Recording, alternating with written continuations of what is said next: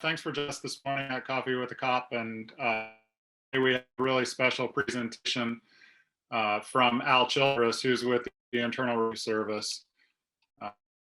This last year, a lot of people were hit with job loss due to the COVID issues, and some were permanent, some were temporary, obviously, and then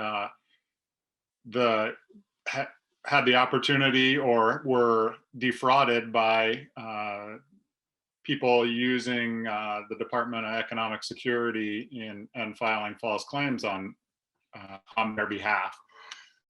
So as a result of that, we thought it would be beneficial to bring Al in to talk about how to address those and other tax-related, COVID-related tax schemes that are going on this year. So with that, Mr. Al Childress.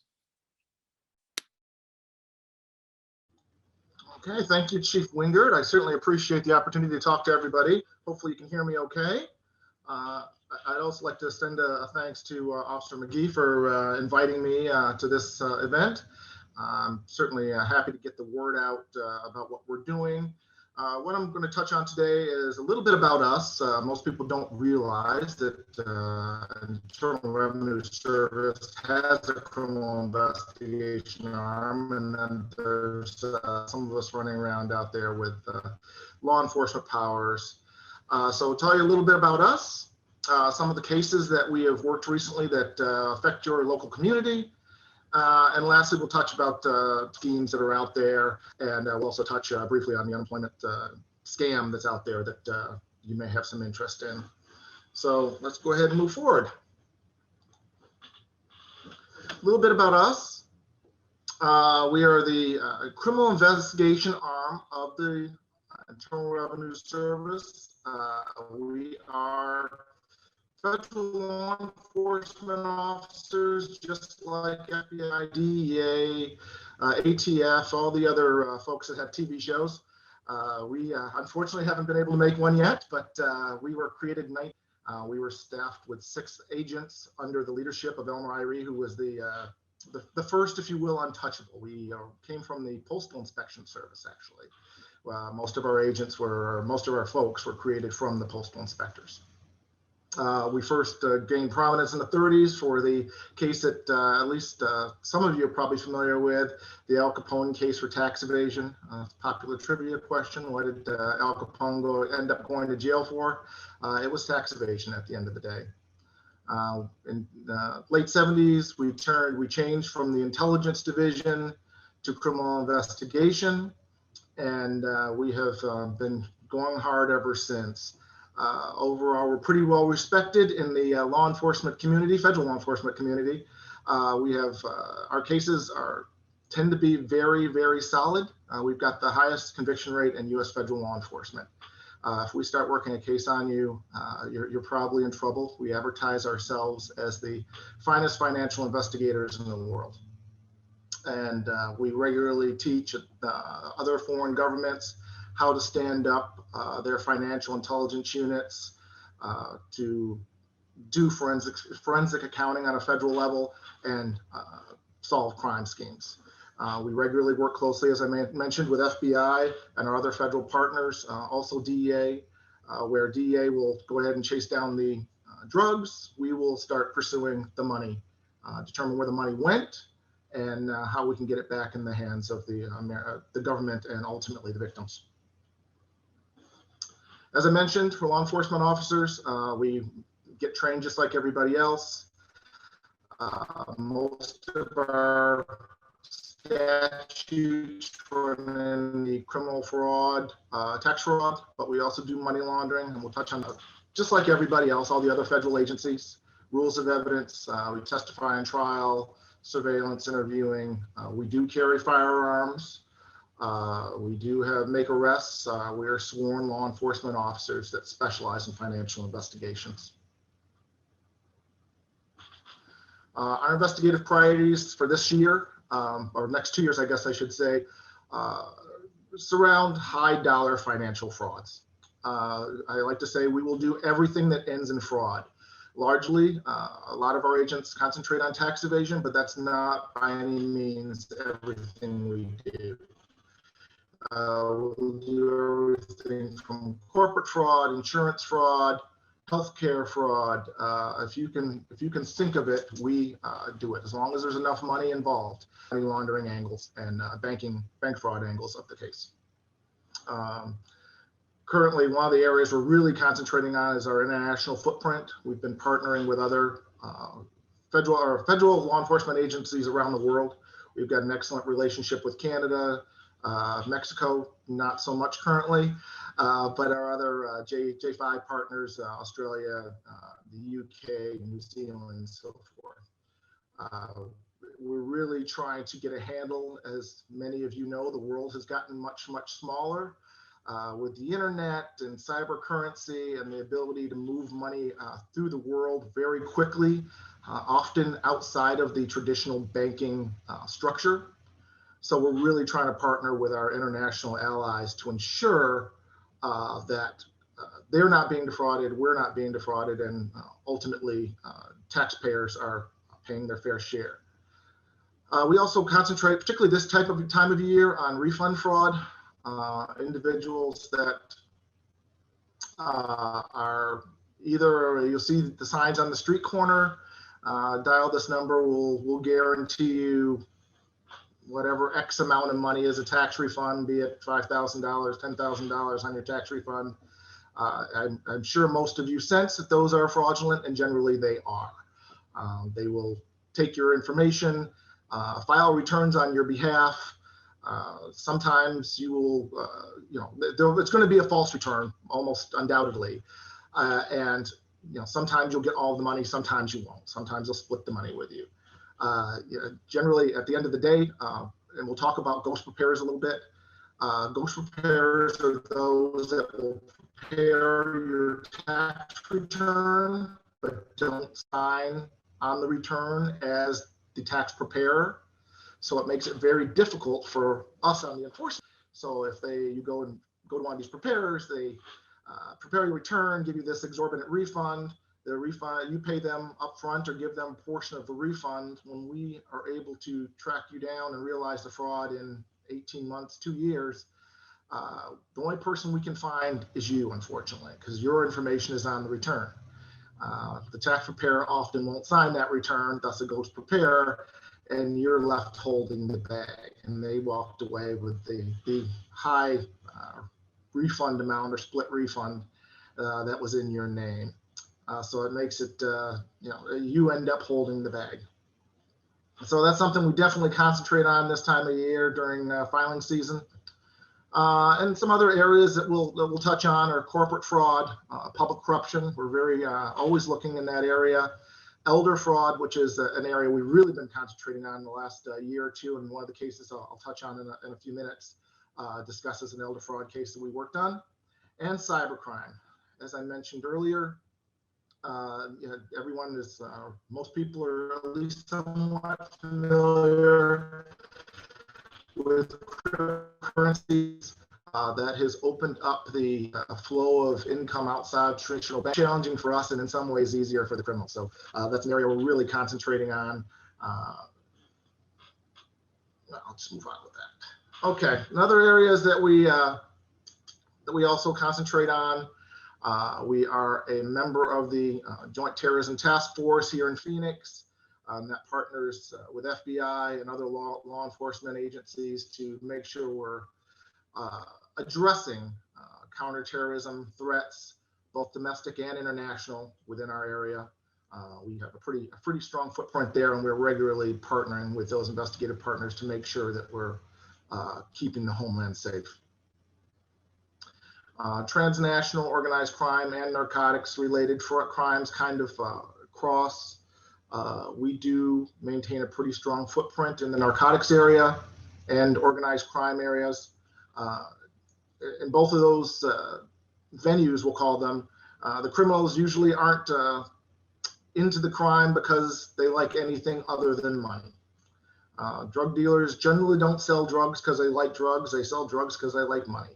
And we will pursue the money high and low and make sure that we are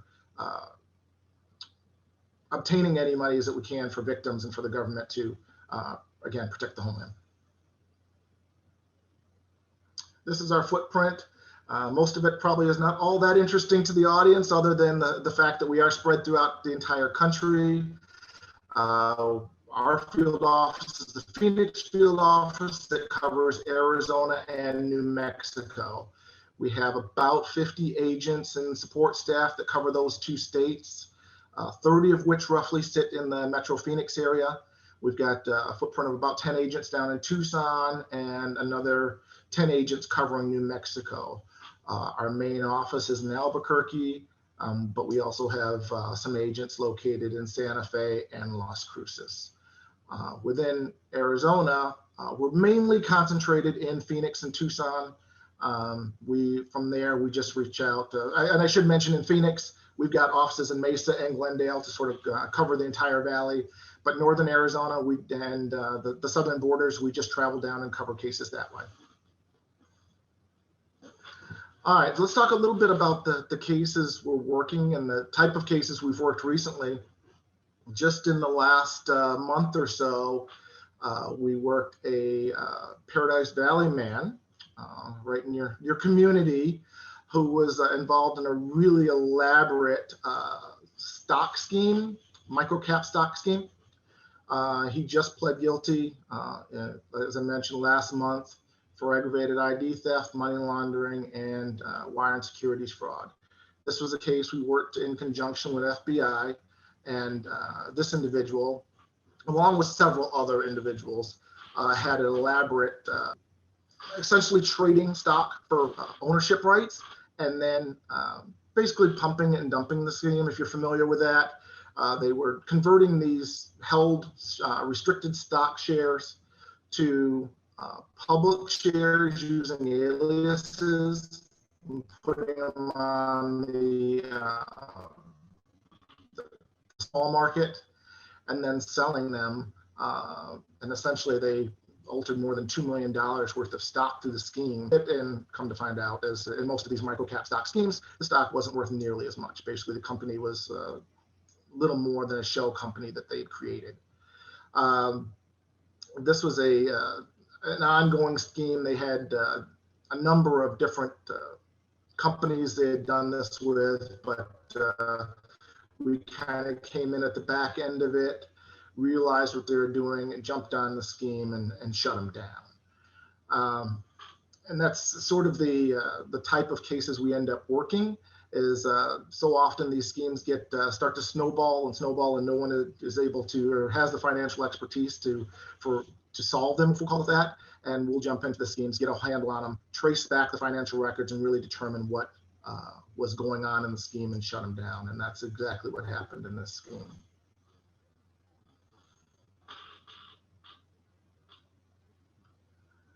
Another scheme that we worked out of Tucson, and this is actually a nationwide scheme. We have a very friendly Assistant United States Attorney down in Tucson who's really concentrating on the lottery fraud and scheme cases, for lottery scheme and winning scheme cases that target elderly individuals throughout the nation. We have a very diligent agent and a very diligent prosecutor, and about a dozen different schemes out of Tucson all over the world. In this case, a lot of the lottery schemes seem to be centered out of Jamaica. And in this case, earlier, I guess last year, one of the earlier ones we worked was Morgan Forrester, who is a Jamaican national, and he was sentenced to 21 months in prison for laundering funds from one of these lottery fraud schemes. And essentially the scheme is they reach out to particularly elderly individuals and tell them that they have won the lottery. And the only thing they have to do in order to receive their winnings is that they must first submit the money for taxes and fees.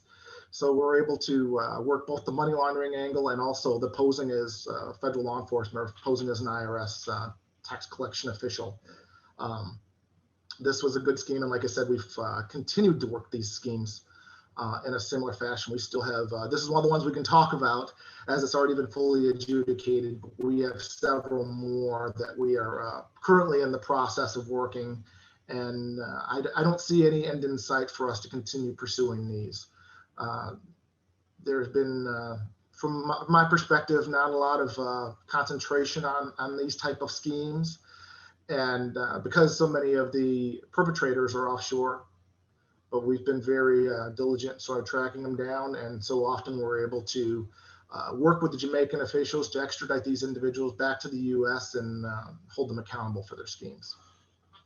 It's been very fulfilling work. And lastly, another fraud scheme that I'm going to talk about a little bit was Kenneth White. He was a Cave Creek resident who we were able to locate and work for selling fake oil well schemes.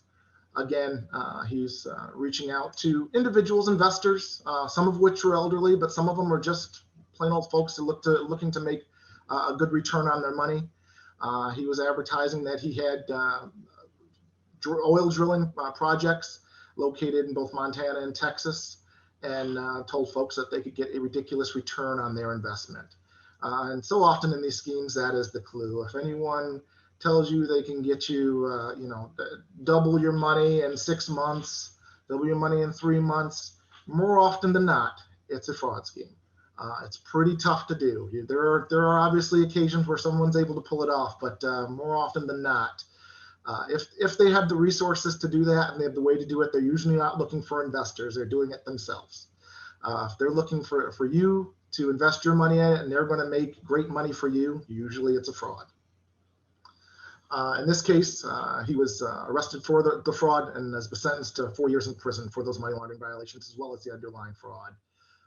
It's kind of a story on this. We located Mr. White, reached out to talk to him to make sure that we were understanding. He disappeared on us, took off, he fled, and we finally located him about 18 months later in Texas, and he was keeping such a low profile. He was living in his car in a gym, basically a Lifetime Fitness parking lot. And we were finally able to track him down, usually using some investigative methods. And he'd been maintaining a very low profile, hiding from us. And he'd pretty much taken all the money he'd taken, he'd blown in hiding from the pursuit of justice, we'll call it. So it was interesting tracking down and bringing him in and ending that scheme. We were at $0.3 million in restitution. Once he's out of jail, he'll be required to pay that, but we'll see how much we're actually able to get from him, because as I mentioned, he blew the money, and that's so often the case in these schemes, unfortunately.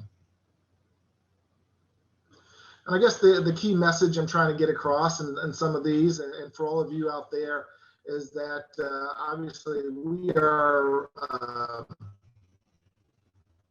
a small agency,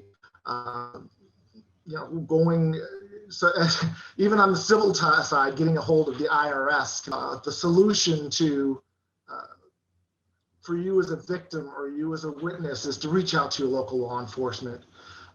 Chief Wingert and his team can reach out to us, can reach out to the FBI, can reach out to other law enforcement and get us engaged with you and really put you on the right track to get whatever information you want to get out there reported to us.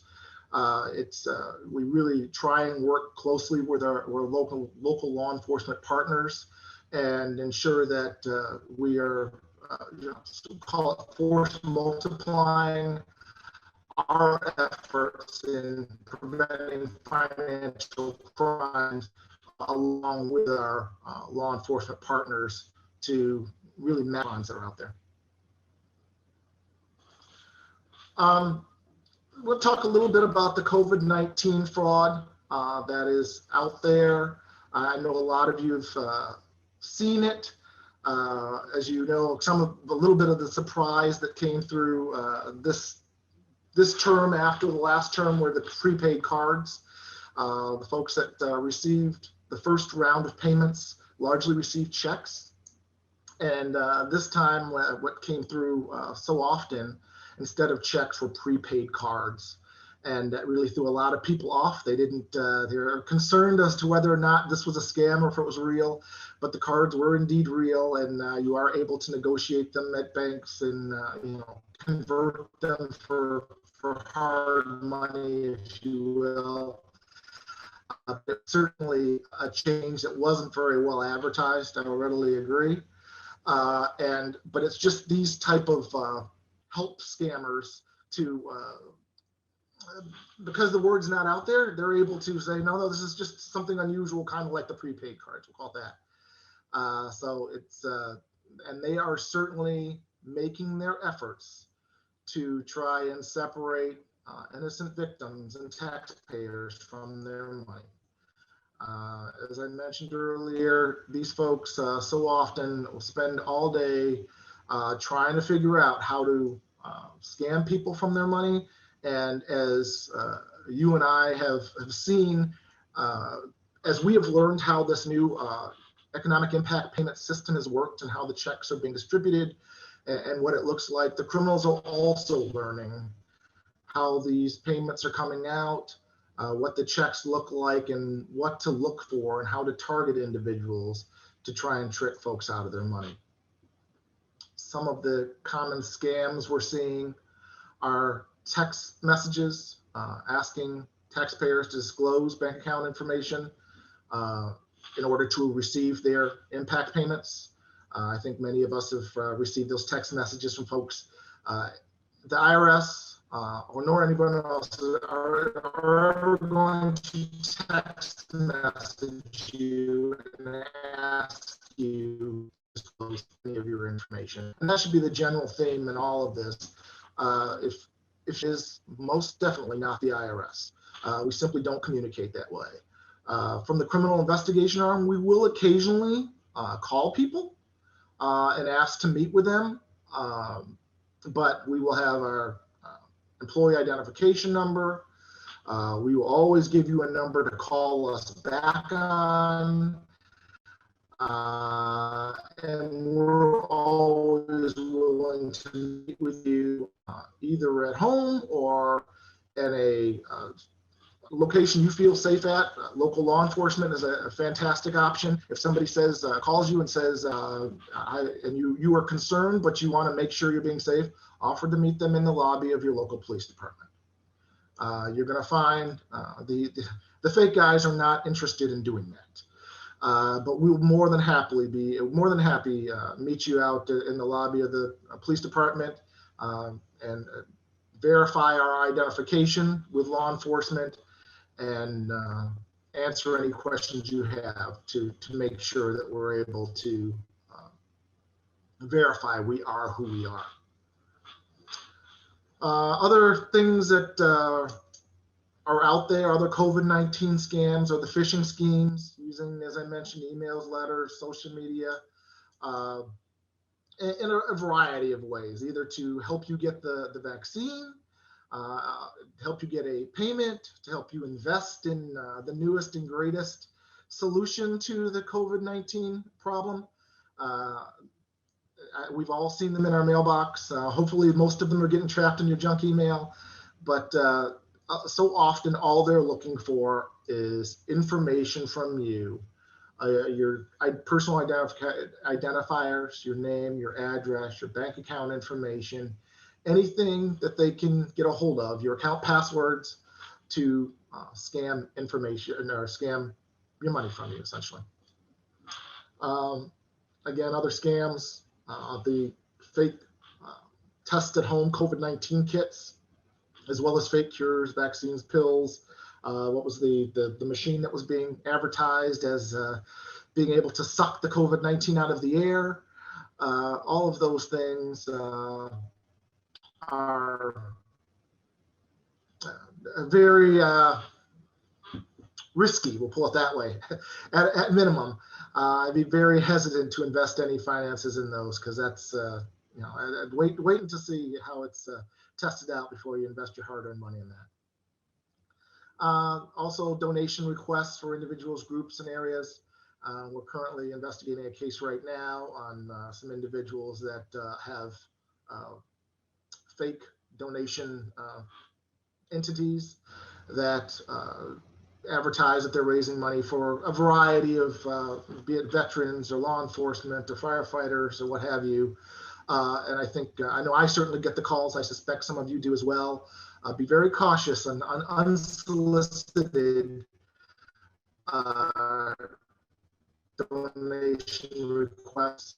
If you're able to verify who the individuals are, it's one thing, but when they just call you out of the blue. And lastly, bogus opportunities to invest in companies developing vaccines. I think all of us are somewhat familiar with the Pfizer, Moderna, Johnson & Johnson, and there's other ones out there, but mostly those companies are public corporations. They don't need to make phone calls to individuals asking you to invest. So be very, very cautious in those instances. If you are targeted for fraud, or you believe that you've been a victim of the fraud, here are some resources to report it. Obviously, you can reach out to us. You can reach out to local law enforcement, but you can also reach out to the National Disaster Fraud Hotline. The number there is listed, 866-720-5721. And there's also a complaint form on their website, the NCDF, and it's a Department of Justice division dedicated to really tracking these frauds. A bit of background, it came up after the New Orleans disaster, Hurricane Katrina disaster. That was the first real instance where we were seeing these national disaster fraud schemes, and now they've kind of taken on a life of their own, handling the COVID-19 scams as well. And I suspect they'll continue to go, as the scammers have found a way to separate folks from their money. Another option for the tax sort of driven frauds and thefts are basically our IG, or our internal security. TIGTA is the Treasury Inspector General for Tax Administration. Again, you can reach out to them at tigta.gov. And also, if you have questions, valuable resources, irs.gov. And with that, I think I've shot through my stuff. Let me see if I have anything else. Does anyone have any questions of me that I can answer? Let's see what's out here. I see one. Are there any issues the IRS sees in the new Bitcoin craze? It seems right for money transfers in the criminal environment. I completely agree with you.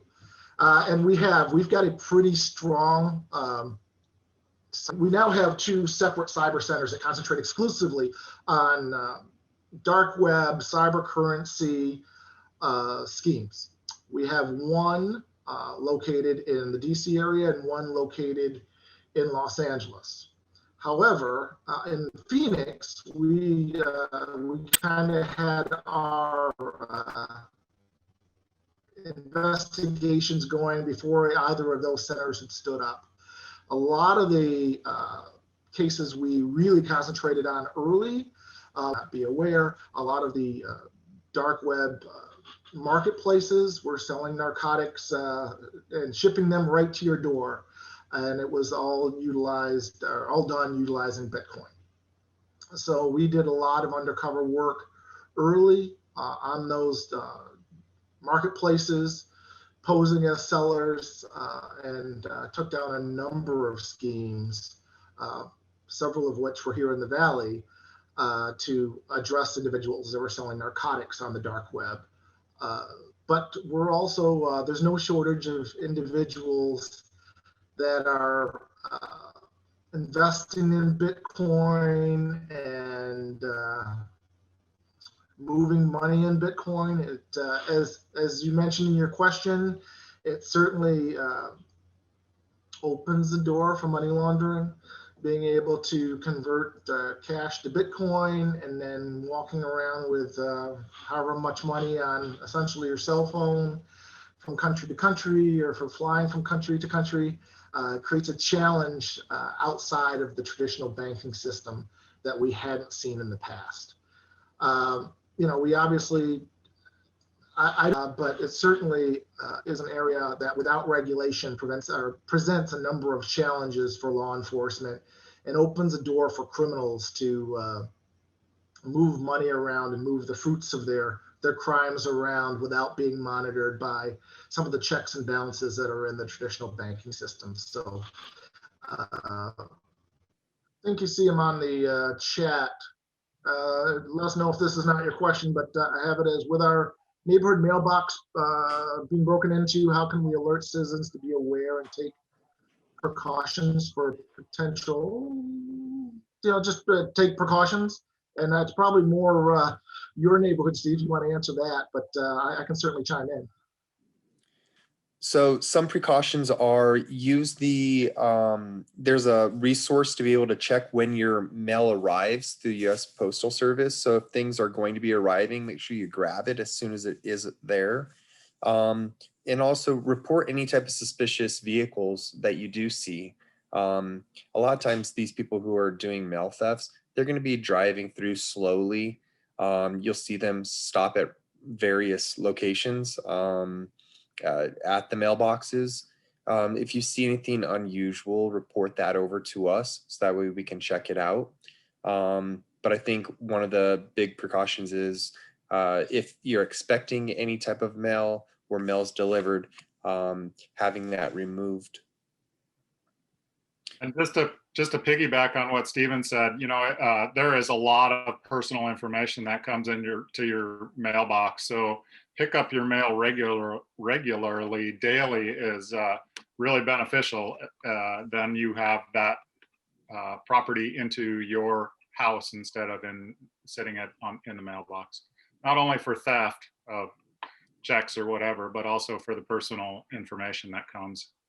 Another question we have here is, does the IRS monitor activity on the dark web?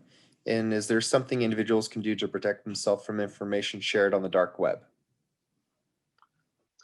I can't say that we monitor all of it, but there's certainly areas that we are, we'll call it, as many of you may or may not know,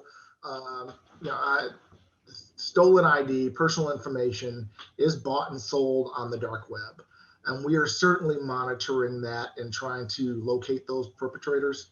However, so often they are they're certainly outside of our arm's length. So often they're in the Eastern European areas that we don't have ready access to. So much of the information out there is old. They've gotten a hold of these lists and compiled these lists, and they're sharing it around on the dark web, and it's bouncing around, but it's not necessarily new information. But that being said, they are always looking for more information, and they are finding new information. What can you do to protect yourself from this information? Is be sure to change your passwords regularly. If you are able to, a password manager is an excellent piece of software to obtain. There are some free solutions out there, but some of the lower cost ones are pretty decent. And, it's a one-time, we'll call it $20 fee. And it creates these really long, obnoxious passwords that no one could ever guess, versus your cat's name or your dog's name or your kid's name, or some of the more common passwords that we all tend to use. So often that the information that's leaked out there on the dark web is from folks or defeating, we'll call it, individuals' passwords. And one of the best tools you can use is a password manager to create those passwords and stop that penetration of your accounts the way some of your information is. Also, to tap in onto that, if you have concerns about people accessing or opening new credit lines by stealing your personal information that might be available on the dark web, freezing your credit is also an option through the credit bureaus. And if you do a little search online, you'll see that the consumer.ftc.gov, they've got information on how to freeze your credit. You can do that temporarily, and you can lift it. If done online, they'll give you like a pin, and it will lift that freeze within an hour if done online. So that's just another resource to help be mindful of who has access to your credit and opening new accounts with information they might find on the dark web.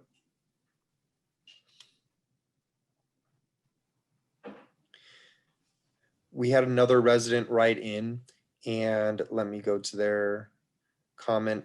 They said that they were also a victim of identity theft. They had about $20,000 in health savings that was wiped out, and it was used on miscellaneous charges in California, some of them. And neither the police or the county attorney were able to find investigative routes at that time, but the U.S. Postal Service, they were able to catch the suspects in Portland, and they recovered a white van. And I guess what he wanted to point out was that that there were some recent PV thefts, and that uh, that sometimes neighbors watching their area for unfamiliar, slow-moving vehicles, if they're able to obtain descriptions, license plates if possible, and call the police, that could be helpful. He found out that months later after his incident that several neighbors did observe a slow-moving white van with a California license plate in their neighborhood. So he just wanted to remind residents to be vigilant, and if you do see something, to say something. I just want to piggyback on that. You know, it's really important to be involved in your neighborhood, know your neighbors, be able to share email addresses and phone numbers with them so that you can shoot them a quick text if you see something suspicious, but also don't hesitate to contact the PD. And then proactively, we send out, and reactively, we send out information through Alert Paradise Valley, Alert PV, which is our neighborhood notification plan. So make sure you're signed up for that, and then become involved through attending courses like this that Al has taken the pains to inform us about today. So those are a couple of options for you to be brought up to date on ongoing investigations. I'm going to turn it over real quick to Mayor Jerry Bien Wilner, allow him to introduce himself. And then I also see Councilmember Ellen Andine and Councilmember Anna Thomason, and I'll allow them to introduce themselves as well. Good morning. Thanks, Chief. Can everyone hear me? Special Agent Childress, I wanted to, on behalf of the town, to thank you for taking the time to help educate us and share information. We have a terrific police department, as many on the call know, just received accreditation, which we're very proud of and is reflective of their great work. But it's always great to have partners across all levels of law enforcement, including the federal level. So I've learned a lot this morning. Thanks again for being a resource. It's amazing, having spent a little bit of time in federal law enforcement with the U.S. Attorney's Office. It's amazing that the creativity of criminality over time just never ceases to amaze. You wonder what some of these people would be able to achieve if they focus their energy on legitimate businesses. But thanks for keeping us up to date. We know it's going to continue to evolve, but it makes us all feel better to know that we have great women and men in law enforcement looking out for everybody. So thanks again. Great presentation, and thanks for everything you and your team are doing to protect us. I yield. Thank you. Thank you very much. I appreciate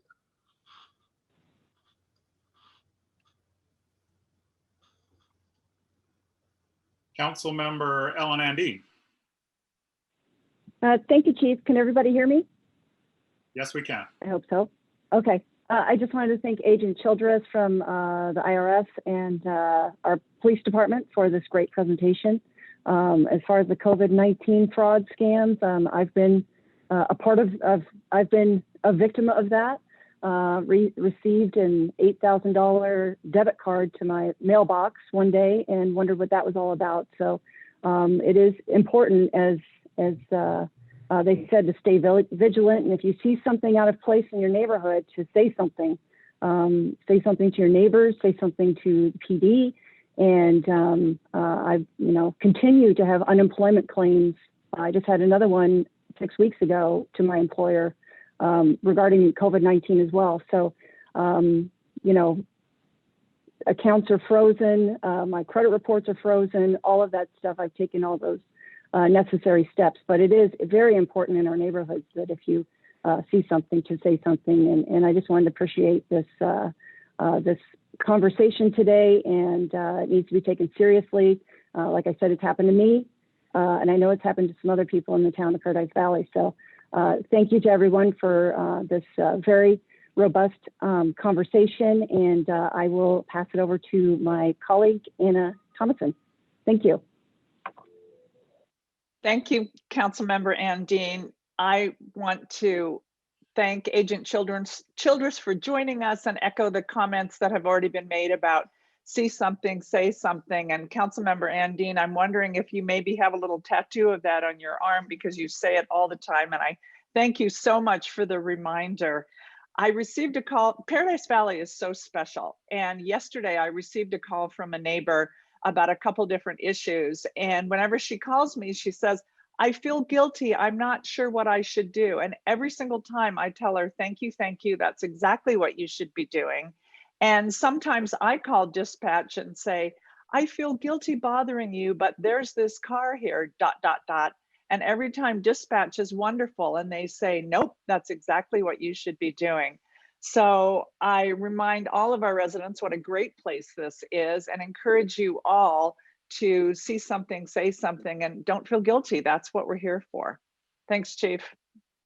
Absolutely. Thanks for that pleasant reminder. And yeah, I have the friendliest staff in Arizona. Almost guarantee that.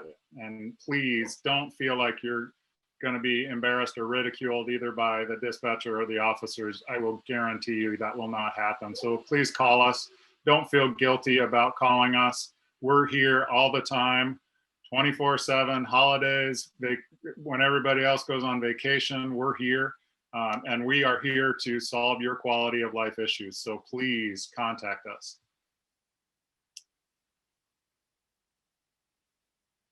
I think everybody's coffee cup is probably at the bottom by now. And I just wanted to have a friendly reminder about your 9 o'clock walk at 9 o'clock p.m. Go out, pull your mail if you haven't pulled it yet. Make sure your door is locked. Make sure your car doors are locked. Your expensive items are taken out of the car. Your phone, your iPad, your computer. Anything that's not bolted down, make sure your car doors are locked when you leave it. And then when you get inside, take a walk around your house, make sure your slider's locked, make sure your front door is locked, deadbolted, turn on your alarm to stay, and make sure that your deadbolts are set. I appreciate you guys joining in this morning. And we will have at least April's in a virtual setting, and then we'll reevaluate May for whether we're going to be in person or not. I appreciate everybody.